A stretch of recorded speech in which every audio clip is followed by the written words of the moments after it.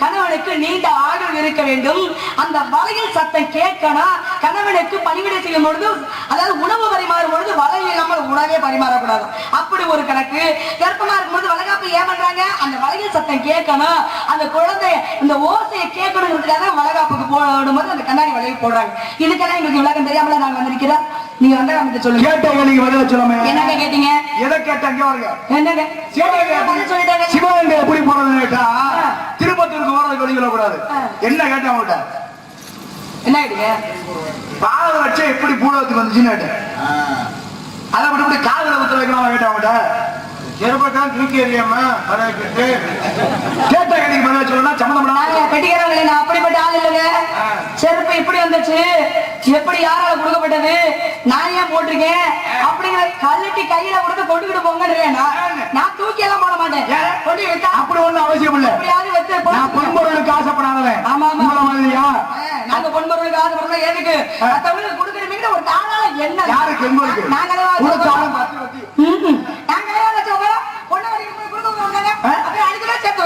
இதெல்லாம் புரிஞ்சாம சரி. ஒரு மனுஷன் எப்படி சிக்கனம் பண்றது? காலையில போய் சாப்பிடுறாங்க, சாப்பிட்டா 30 ரூபாய்க்கு மேல செலவாகுவேன் அப்படின்னு சொல்லி 10 ரூபாய்க்கு பணியாரம் வாங்கி திங்கிற செலவா சிக்கனமான இங்க தான் இருக்க. அதெல்லாம் தெரியுமா உங்களுக்கு? நாங்கெல்லாம் சொல்லுங்க சொல்லுங்க முதலாவது சாடை பேசுற நம்ம எல்லாம் எப்படின்னா சாடை சட்டி சருக்குன்னா சாடை நமக்குன்னு இருக்கிறாரு. நீங்க பேசுறத என்னதான் பேசுறீங்க? ஒரு வாரத்துக்கு முன்னாடி நான் தான் பணியாரம் 10 ரூபாய்க்கு வாங்கி சாப்பிட்டேன். ஏன் அதுல தெரியுங்க ஆற்றம் வேற காலை சாப்பாடு முடிஞ்சு சிக்கனா மனிதனுக்கு சிக்கன் அவசியம். எனக்கு வளவலன்னு பேசுறா பலவல் பேசினா வாங்கி கேடு. வருஷம் ஒரு புள்ள வச்சா உடம்புக்கு கேடு. நான் ஒரு கதையை சொல்றேன், அதை நீங்க பாருங்க. ஒருத்தர் என்ன பண்ணாரு, காட்டுக்கு வேட்டைக்கு போனார். வேட்டைக்கு போகும் பொழுது அவருக்கு தாகம் வந்துருச்சு. ஒரு பொண்ண ஒரு குடிசை தெரியுது அங்க போறாரு. அங்க போகும் பொழுது தாகமா இருக்கு, கொஞ்சம் தண்ணி குடுமா அப்படின்னு சொல்லி தண்ணி கேட்கிறாரு. அந்த அம்மாவும் தண்ணியை கொண்டு வந்து கொடுக்குறாங்க. தண்ணியை கொடுத்தோட பாருங்க, இருவருக்கு காதல் வந்தது. கண்ணும் கண்ணும் கொள்ளையடித்தா காதல் என்று அர்த்தம், கடலை வானம் கொள்ளையடித்தால் மேகம் என்றே அர்த்தம். இது புராண கதை. அங்க எதுக்கு இந்த பாட்டு வந்து நீங்க கேள்வி கேட்க கூடாது. எனக்கு அந்த இடத்துக்கு சரியான காலம் இடம் வந்துட்டு அந்த பாட்டை போட்டேன். என்னங்க பிரேதக்காரங்களே பொருள் அதுக்காக நான் சொல்றேன். போகும் பொழுது பாருங்க, போன உடனே ஒரு முனிவர் வர்றார். இந்த அம்மா அவரை நினைச்சுக்கிட்டே இருக்கு, நம்ம பார்த்தோமே அப்படி பழகினோமே இப்படி இருக்கோமே, சில பெண்கள் பழகிட்டு விடவே மாட்டேன்னு முடியாத பண்றாங்களே, அந்த மாதிரி அந்த அம்மா விட மாட்டேன். அப்படி பாருங்க, பழகின உடனே விடமுறையில ஞாபகத்துல நிக்கிறவே நினைச்சுக்கிட்டு இருக்கும் பொழுது அவர் பாருங்க ஒரு முனிவர் வர வந்தோட பணிவிட செய்யல. பணிவிட செய்யல, நான் அவரு வந்து வணங்கினேன். அந்த அம்மா அது கூட செய்யல, மறந்துருச்சு. ஏன்? அவர் ஞாபகத்துல இருந்ததுனால. உடனே அவர் சொல்றாரு, சாபம் விடுறாரு, நீ யாரு ஞாபகமா இருக்கிறாயோ அவருக்கு உன்னுடைய ஞாபகம் மறந்து போடுன்னு சாபத்தை கொடுத்துறாரு. அவருக்கு இந்த அம்மாவோட ஞாபகம் இல்லை, இந்த அம்மாவுக்கு அவரையே நினைச்சுக்கிட்டு. அவர் பாத யாத்திரை கோயில் யாத்திரையை போன அப்பன் திரும்ப வந்துட்டார். வந்தவர்னு இங்க நடந்த விஷயம் தெரியுது, மக கர்ப்பமா இருக்கிறது தெரியுது. ஆனா சந்தைக்கு போனது, அங்கே அரசாங்கத்துல வேலைப்பாட்டவர் வாங்கினாங்க, அரசாங்கத்துக்கு போனுச்சு, அந்த கடையாளி சென்றது, அப்பொழுது ஞாபகம் வந்தது. ஏற்றுக்கொடு. இதெல்லாம் கதை சொல்றனே. காட்டுக்கு வேட்டையாட போனது யாரு? அந்த பெண்ணை பார்த்தாருன்னு சொன்னானே, அந்த பெண்ணு யார்?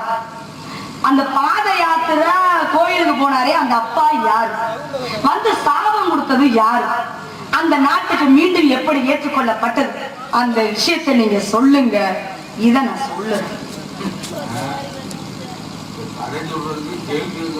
சக்கரை எழுதி நக்கிரா இடிக்குமா? தேனி எழுதி நக்கி பாருங்க தெரியும். தேனி எழுதி நக்கி பாருங்க தெரியும். சக்கரை மடிச்ச பேப்பரை யாரு நக்கணும்? அதை யாரு நக்கினாத்தான் இடிக்கும். நாங்கெல்லாம் உங்கள் கேட்ட கேள்விக்கு பதில தெரியுமா? 4 விதமான உணவு முறை கேட்ட கேள்விக்கு பதில சொல்ற மக்கள் இல்ல. இதுல கதை வேற. இந்த கதையெல்லாம் கேட்டேன்.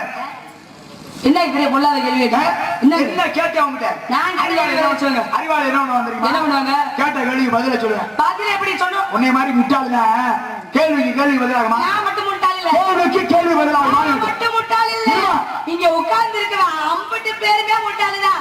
தாயின் கருவறைக்குள்ள முட்டி முட்டி பிறக்கப்பட்டதே முட்டாள்.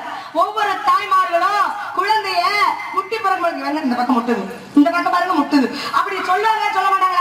அப்ப முட்டி முட்டி பிறக்கப்பட்ட குழந்தையே அனைவருமே முட்டாள் தானே. அப்புறம் என்ன மட்டும் முட்டாள் சொல்லிட்டு இருக்கீங்க? நீங்க வேணா முட்டாள் சொல்லுமா நாங்க அனைவருமே விட்டாதான் கேட்ட கேள்வி மேல சொல்லு நீங்க எப்படி நீங்க விட்டாலே என்ன உங்களுடைய கேட்ட கேள்விக்கு பதில்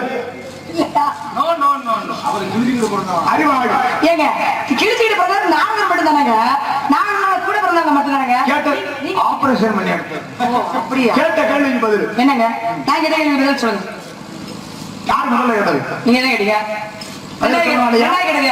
நீங்க கேட்டீங்க சொல்லுங்க முதல்ல நான் கேட்டதுக்கு பதில் சொல்லுமா நான் கேட்டதுக்கு பதில் சொல்லுங்க சாமி ஏன் முதல்ல நீங்க நியாயம் பேசுங்க முதல்ல யாரு கேட்டது யாரு கேட்டது முதல்ல நீங்க தான் நானா கேட்டேன் அப்ப யாரு பதில் சொல்லணும் அவங்கதான் கேட்கணும் சொல்லுங்க சொல்லுமா என்னங்க சொல்லுமா சொல்லுமா சரி நான் சொல்லிட்டேன்னா நான் சொன்ன பதில் சரியா இருந்துச்சுன்னா நீங்க வாங்குற சம்பளத்தை என்கிட்ட கொடுத்துட்டு போயிடும் அப்படி ஒண்ணு சட்ட முடியாது சட்டதாங்க நீங்க கேட்கறது நான் பதில் சொல்றேன் சட்டமா அப்ப நீங்க கேட்கற சரி விடுங்க நீங்க கேட்ட கேள்விக்கு நான் பதில் சொல்றேன் இப்படி வேற நான் சொல்றது சரியா இருந்துச்சுன்னா நீங்க வாங்குற சம்பளத்தோட மேற்கொண்டு 2000 ரூபாய் சேர்த்து கொடுத்துருவோம் நான் தரேங்க என் சேர்த்தாலும் தர மாட்டேன் என் சம்பளத்தை உங்களுக்கு தரேன் உங்க மண்டை மேல வேணா நீங்க என்ன சட்டம் பண்ணுங்க சரி வாங்கி சொல்லு அப்படி சொன்னா நான் இருக்க முடியும் வேற எப்படி வெட்டிக்காரங்க மண்டை அடிச்சு சட்டம் பண்ணுங்க 2 பேரும் சொல்லிட்டீங்கன்னா சம்பளத்தை 2 பேருக்கு சம்பளத்தை என்னைட்ட கொடுத்துருங்களே இதுதான் சந்தையில சிந்தா சரி சரி கேட்டது அவங்க மண்டை அடிச்சு சட்டம் பண்ணுங்க சம்பளத்தை பதில் சொல்லலாம் உனக்கு தேவை காசு தானே ஏங்க நான் விளையாடுறேனா இதுக்காக பெருமா என்னை பார்த்தா விளையாட்டு நான் உங்க நீங்க சொல்றது சரியா இருந்துச்சுன்னா ஏன் சம்பளத்தை நான் உங்களுக்கு தர்றேன் நீ சொல்றது சரியா இருந்துச்சுன்னா என்னுடைய சம்பளத்தை நான் வாங்கி தரேன் சரி சாமி மேல சத்தியமா நான் சொல்றேன் இந்த ஊர்ல பொள்ளாச்சி அம்மனா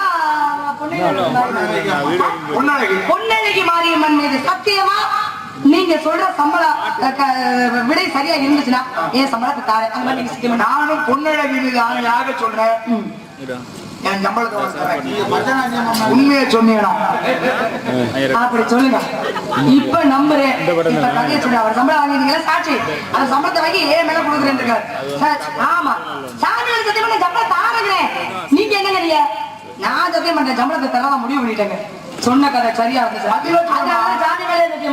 ஒரு ஆளு சம்பளம் இல்லாம காலையில போறது நடந்து பதில்